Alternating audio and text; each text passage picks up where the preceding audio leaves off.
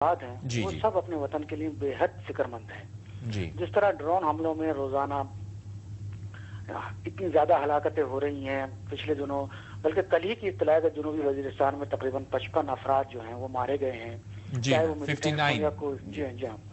تو چاہے وہ کچھ بھی صورتحال ہو، چاہے وہ ڈرون حملوں سے طالبان مر رہے ہوں، ڈرون حملہ جب ہوتا ہے تو اس پہ لکھ کے نہیں آتا کہ یہ جو میزائل ہے صرف طالبان کو ٹارگٹ کرے گا، باقی جو پاکستان کے معصوم قبائلی اور معصوم انسانی جان کا جو ضیاع ہے اس کے اوپر یقیناً تشویش ہے. سوال میرا یہ تھا سرور صاحب کہ کیونکہ بین الاقوامی قوانین بھی تو ہے نا، بین الاقوامی قانون، یو این کنونشن یہی لوگ بناتے ہیں جس کو برطانیہ کے بارے میں کہا جاتا ہے کہ وہ ٹارچ بیرر ہے بین الاقوامی قوانین کا.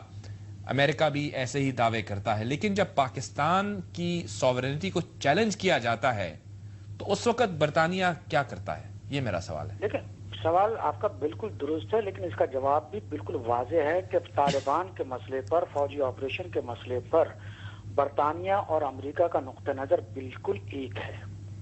اس میں دو رائے بالکل نہیں ہے. وہ ضرور پاکستان کی سوورنٹی، انٹیگریٹی، سولیڈیریٹی، جو بھی آپ ایڈجیکٹو استعمال کرنا چاہتے ہیں پاکستان کے حوالے سے وہ کر سکتے ہیں.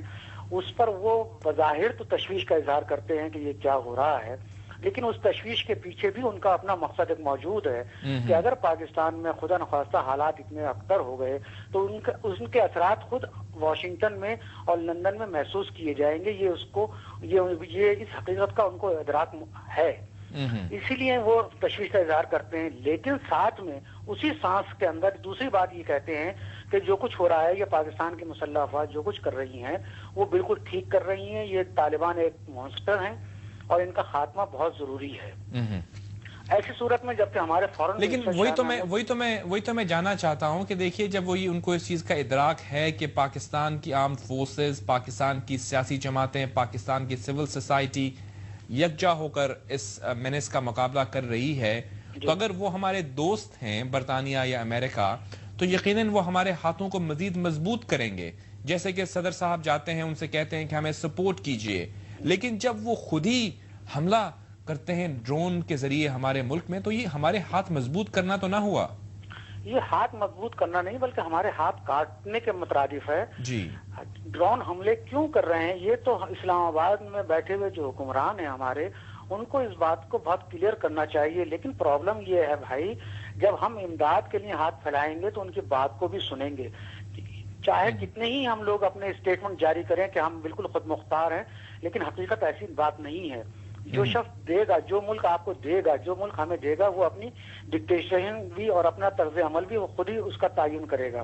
وہ ہم سے پوچھ کے نہیں کرے گا کہ جناب میں پانی پی لوں یا یہاں پہ حملہ کر دوں یا یہاں پر ڈرون پھینکوں یا نہ پھینکوں. وہ آج تک ہم نے کتنا پروٹیسٹ کیا ہے. لیکن کہا یہ جاتا ہے بین الاقوامی طور پر کہ یورپ اور برطانیہ جو ہیں وہ نسبتاً ماڈریٹ اپروچ اپناتے ہیں. امریکہ جیسا افغانستان ہو یا عراق ہو، آپ دیکھ رہے ہیں کہ فرانس کا خصوصی طور پر، کیونکہ انٹریکشن ہمارے صدر صاحب کی ہوئی ہیں یورپین یونین میں بھی اور اس کے ساتھ ساتھ برطانیہ میں بھی، تو کیا یہ بلاک ہمیں سپورٹ، اگر یہ ان پولیٹیکل سپورٹ دیتا ہے ہمیں، تو کیا ان حملوں کو ہم روک سکتے ہیں، فرینڈز اور پاکستان کے فورم پہ ہو یا کسی بھی فورم پہ ہو؟ دیکھیں، دورے اپنی جگہ پر ہیں اور ان کی پالیسیاں اپنی جگہ پر ہیں.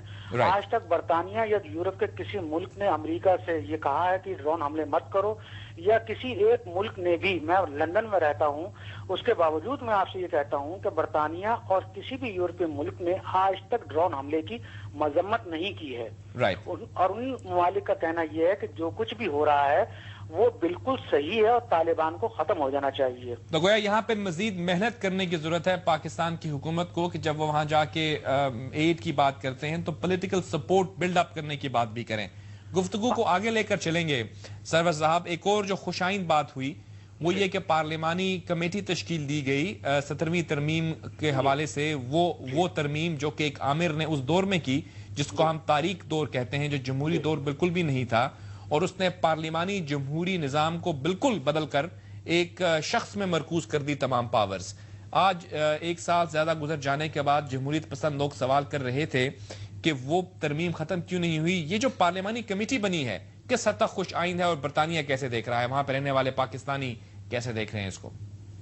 جو کمیٹی قائم ہوئی ہے یہ قدم ہے اس جانب جو 17ویں ترمیم کو ختم کرنے کے سلسلے میں کیا جا رہا ہے. جی ابھی اس پارلیمانی کمیٹی کے کتنے اجلاس ہوں گے, کتنا وقت لگے گا, اس کا تعین نہ خود پارلیمانی کمیٹی مقرر کیے جان رہے ہیں کہ وقت کا کیا گیا ہے, اور نہ اس کے بارے میں کچھ کہا ہے.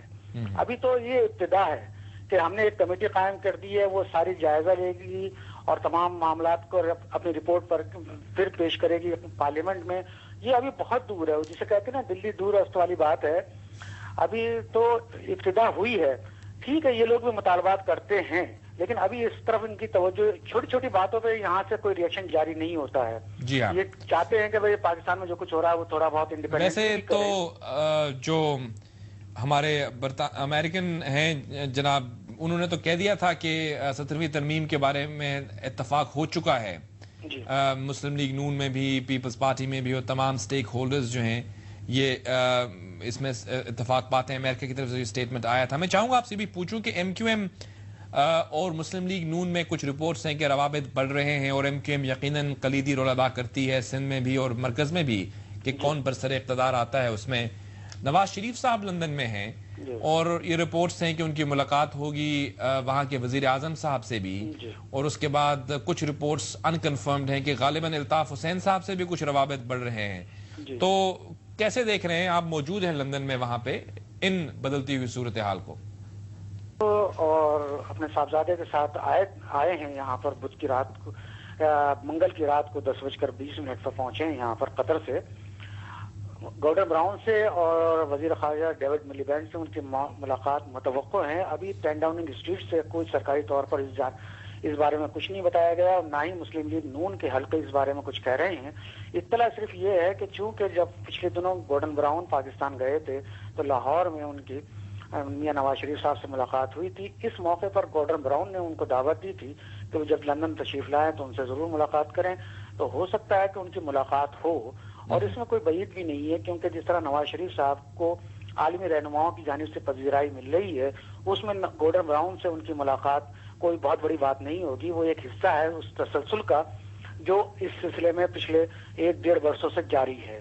یوزلی دیکھیے پرائم منسٹرز یا جو حکومتی اراکین سے ملاقات کرتے ہیں, جب اپوزیشن رہنما ملاقات کریں تو یقیناً دیکھنے والے, پڑھنے والے, سننے والے اس کے اوپر چیمے گوئیاں تو کریں گے, اور خود یہاں پر ہمیشہ ہوتا رہا ہے پچھلے 1.5 برسوں سے, تو اس میں کچھ زیادہ ہی اضافہ ہوا ہے.